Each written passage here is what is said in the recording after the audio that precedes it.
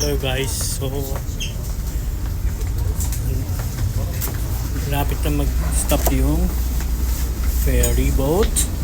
So andito na kami sa terminal. So nag-page na sila. Pumunta na kami sa aming vehicle. So gagabaan na kami puntang vehicle.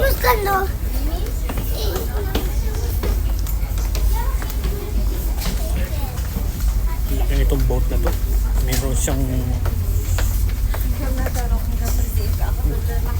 din siyang kainan, kantin. Yan, yung kantin nila.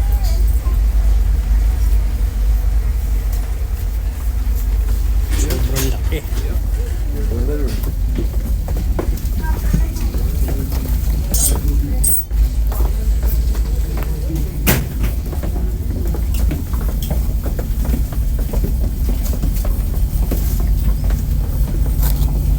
Sorry.